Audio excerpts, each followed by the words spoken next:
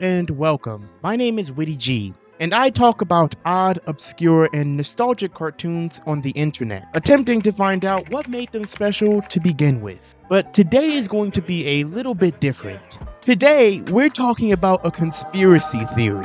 So grab your tinfoil hat, put on some Alex Jones slow jams, and hit a clean line of ketamine. Cause we're tackling one that has gotten a little bit out of control and is actually kind of funny for how ridiculous it is. On March 17th, 2024, the documentary Quiet on the Set, The Dark Side of Kids TV was released, which goes through some of the horrendously inappropriate experiences many actors and workers on the Nickelodeon sets had to deal with, exposing an open secret that has been discussed on the internet and in small circles for years. We were also recently gifted Dan Schneider's weak rebuttals to abusing kids and making a deeply unprofessional and uncomfortable workspace. His response is abysmal, and he chalks up his abusive power and his unique ability to make any room he's in really uncomfortable as mistakes of his youth that he is oh so sorry for, without ever mentioning by name how disgustingly inappropriate his actions were, especially given what kind of content was being created.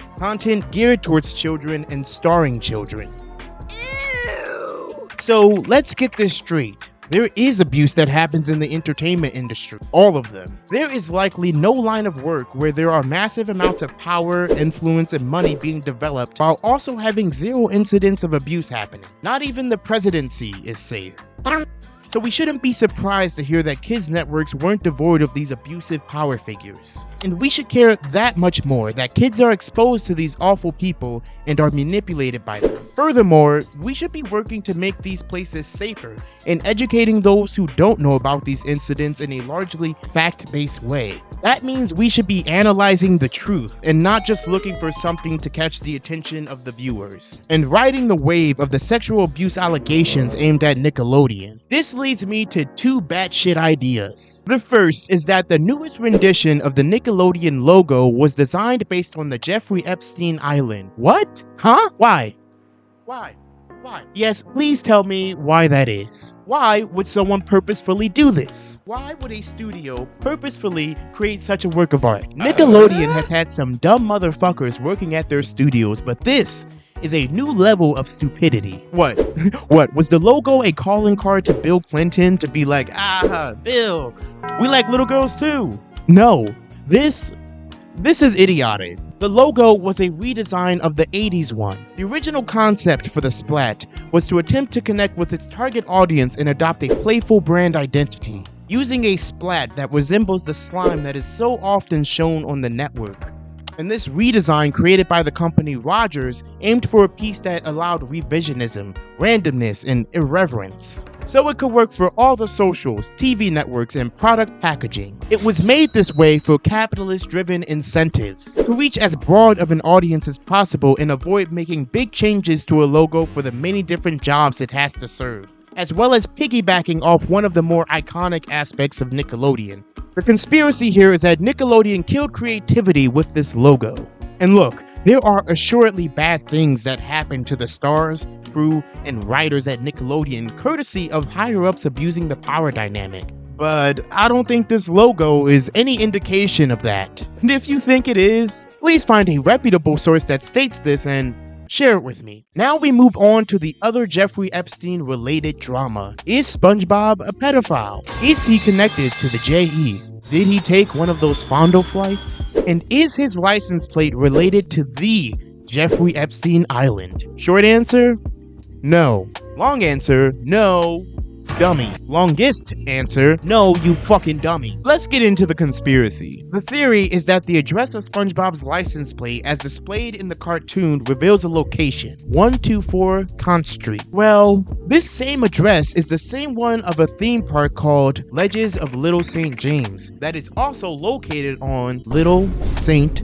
James. And you'll never believe what people call this place. Pedophile Island, Orgy Island, the Goo Lagoon. The island, according to Epstein's accusers, was once a place where Epstein and his associates trafficked and sexually abused young women and girls. Posts on social media connected SpongeBob's address with the island locale for illegal activities. If you can't do the time, don't do the crime. Coincidence? Yeah, sure. And the frogs aren't fucking gay. According to Reuters, though a Google Maps search for Little St. James theme park address, as seen in the post, does not currently yield a result for SpongeBob's fictional address on Epstein's island, it may have well in the past. Boom!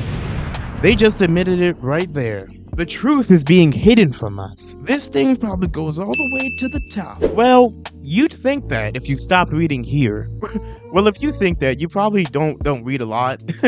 Not that that would help anyway. There are some wonky conspiracies in books too. The more grounded reason this address might have shown up is because anyone can publicly add places like a business or a landmark to the map by searching for an address and clicking on the add a missing place option. Also, this meme-ass conspiracy is from 2020. Niggas were crazy back then. Couldn't even go outside because there was a virus murdering everyone. And we had the president telling us to cure it with bleach injections. Of course you're gonna come up with some banger conspiracy theories in that time. And a few weak ones. So yeah, moral lesson, don't fall for Facebook and Twitter conspiracies willy-nilly. Hooray! A moral victory! Yay! Because I found out the opposite of what these posts were saying with a simple Google search. Yeah, took 5 seconds. Maybe less if you're like a speedster. I made them draw Lola Bunny with fewer sexual features so that you wouldn't be horny. And you might be wondering, how do I stumble upon something so moronic? Well, the way I found out about all of this was through an Instagram account. I found these 2 tweets that insinuate the 2 conspiracies mentioned. And the text for the tweet read this. So can we talk about why SpongeBob's address on his license is the address of Jeffrey Epstein's pedo island? This is truly sick. All of these cartoons are tainted by pedophiles. Our kids are not safe. Okay. Wow. I do think it's a good sentiment to point out the weird and inappropriate subject matter we stumble across in rewatches of cartoons and other children's media, especially when discussing more proven stuff like Dan Schneider or the other literal pedophiles on Nickelodeon sets. I'd be a hypocrite if I didn't at least agree with that part. But to insinuate this with badly informed evidence is just irresponsible from a creator with this much of a following. But that's what their whole thing is, pushing conspiracy theories based on their thoughts on the world instead of the facts or evidence. And of course, with every conspiracy theorist like this, there will probably be sometimes they call out genuinely weird behavior. Broken clocks are right twice a day after all. But this content is a clear example of theories based on their thoughts on the world instead of the facts or evidence. And facts don't care about your feelings. And to reduce animated projects of all kinds to being disturbed by pedophiles is just untrue. These are pieces of entertainment that take teams upon teams to create, so all cartoons aren't defiled in this way, and I'd argue most aren't. Sure, there will be bad people in these industries, but I think largely, art made to mask attraction to children on the level of a TV show or movie is a rare occurrence. Not to say it still doesn't happen a staggering amount. I mean, Dan Schneider got a ton of programs before he was called out. And when that does happen, we shouldn't blame the pieces of art, but rather the crafters and higher-ups that greenlight this content despite the obvious signs of weirdom. This is actually one of my favorite takes from the Dan Schneider post-documentary interview, when he blames the lack of being called out on both his subordinates and, more importantly, on the higher-ups above him that allowed this to happen. Contradictions from Dan in this interview aside, I think he points out something really important. Dan didn't create these shows alone. He had people above him who greenlit the episodes and were also okay with what they were seeing. The notion that I had the power to just produce whatever I wanted and have it air is completely false. Okay. There were many, many levels of scrutiny, okay? We had executives in LA. We had executives in New York. So 2 coasts. 2 coasts Okay. of approval, yes. And by the way, approval at every stage, really. Okay. And I'm talking about wardrobe, I'm talking about makeup, sound, sets, dialogue, jokes, everything. Trust me, there's enough blame to go around. In conclusion, do not harass anyone mentioned in the video, not even the ghost of Jeffrey Epstein. If you like that conspiratorial content, indulge on your own accord. But I implore you not to get wrapped up in these conspiracies too much, especially if you're susceptible to easily falling for bullshit and don't feel like doing research outside of an entertaining video. Cause you're just gonna raise your stress levels to the umpteenth degree, when worse things are happening in broad daylight that don't need batshit conspiracies to prove. Like how the American government is genuinely supporting genocide. or how the planet is dying due to natural gas dependency. Like how there are a lot of steroid users in a lot more sports than you think. Like how anti-homeless architecture is a way the city says fuck you to the most disenfranchised and vulnerable members of the population. Like how there's a good chance there's more interesting life and history in the vastness of our oceans than possible life in our galaxy. Like how our city's dependency on cars make it hard to move towards a green initiative. Like how recycling isn't making the big impact on climate change that you hope it is. Like how football managers have known for a long ass time about the dangers of CTE, yet still let them play. And how there are creeps in every top of the line business that exists, who would not hesitate to abuse their position of power.